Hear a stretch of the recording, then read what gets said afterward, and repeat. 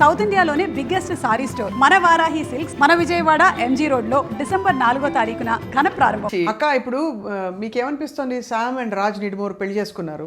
అవునా? మీకు అందరూ చాలా ఫ్యాన్స్ హ్యాపీగా ఉన్నారు, సమంత గారి ఫ్యాన్స్ అందరూ. కాదురా, ఇక్కడ కూడా అగైన్ సమంత గారి గురించినే మాట్లాడుతున్నారు. అప్పుడు ఎవరు నాగ చైతన్య గారు పెళ్లి చేసుకున్నారు, మీరు ఎలా ఫీల్ అవుతున్నారని ఎవరు అడగలేదురా. ఇదేం క్వశ్చన్? అంటే అప్పుడు దొరకలేదు కాబట్టి అడగలేదు, లేకపోతే నేను అడిగేదాన్ని. అసలు మామూలుగా చెప్తున్నాను, ఎవరు అడగలేదు కదా ఎక్కడ, మీకు సోషల్ మీడియాలో కూడా లేదు.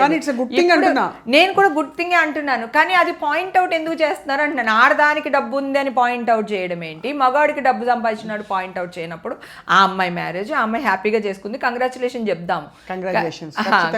ఖచ్చితంగా చెప్తాను, ఎందుకంటే ఇప్పుడు ఆ అమ్మాయికి ఒక తోడు కావాలి. తను హెల్త్ అవ్వనివ్వండి, మెంటల్ కండిషన్ అవ్వనివ్వండి, తనకి ఒక సపోర్ట్గా ఒకళ్ళు కావాలి. తనకి నచ్చి చేసుకుంది, ఆ అబ్బాయికి నచ్చి చేసుకున్నారు. ఇప్పుడు నచ్చి చేసుకోవడంలో అన్నీ లీగలే.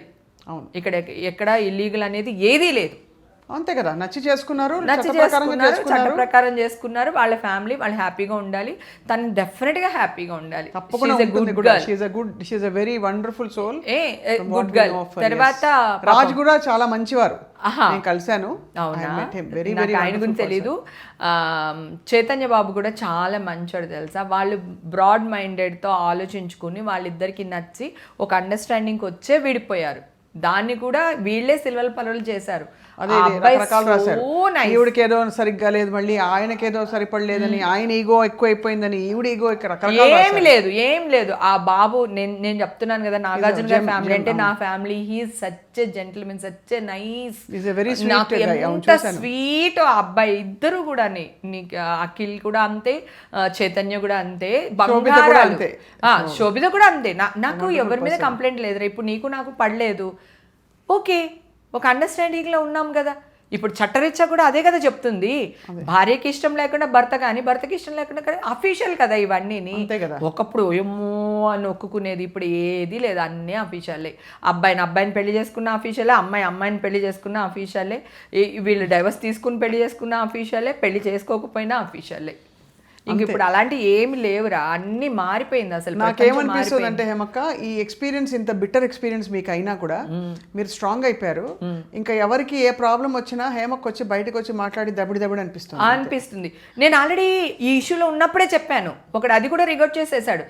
ఏదో ఆడపిల్లకి కష్టం కలిగితేనే నేను వెళ్ళి తన పక్కన నిలబడతాను, అలాంటిది మీరు నాకే కష్టం క్రియేట్ చేస్తున్నారు, నేను వదులుతాను అనుకున్నారా? డెఫినెట్గా ఒక రోజు వస్తాను అని అప్పుడు కూడా చెప్పాను. ఏ రోజు భయపడలా.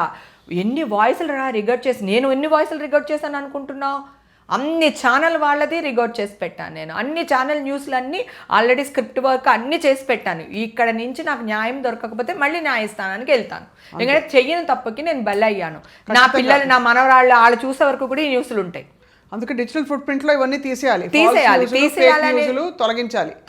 వాష్ పిటిషన్ ని పెట్టుకుని మీరు పోరాడుతున్నారు, మీ పోరాటం కంటిన్యూ అవుతుంది, అందులో మేము కూడా ఉన్నాం. థ్యాంక్స్ రా, thank you. Wishing you all the very best హేమక్క. థ్యాంక్ యూ నాన్న. So thank you for your very very heartfelt, ఏం చెప్పాలి, honest version of what happen today. And తప్పకుండా వీల్ ఫైట్ దిస్ టుగెదర్. ఏ స్త్రీకి ఎవరైనా చెత్త కామెంట్ పెట్టినా కూడా మనం ఊరుకోవద్దు, పోరాడదాం. 100% పోరాడదాం. థ్యాంక్ యూ అక్క, సో మచ్. థ్యాంక్ యూ బంగారు తల్లి.